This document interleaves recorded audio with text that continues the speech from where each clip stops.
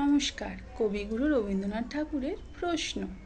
মাগো, আমায় ছুটি দিতে বল, সকাল থেকে পড়েছি যে মেলা। এখন আমি তোমার ঘরে বসে করব শুধু পড়া পড়া খেলা।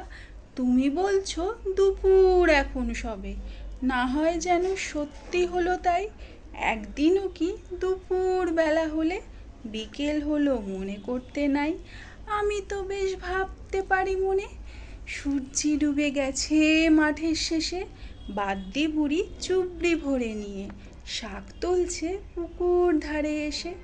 আধার হলো মাদার গাছের তলা, কালি হয়ে এলো দিঘির জল। হাটের থেকে সবাই এলো ফিরে, মাঠের থেকে এলো চাষির দল। মনে কর না উঠলো সাঁঝের তারা, মনে কর না সন্ধে হলো যেন। রাতের বেলা দুপুর যদি হয়, দুপুরবেলা রাত হবে না কেন?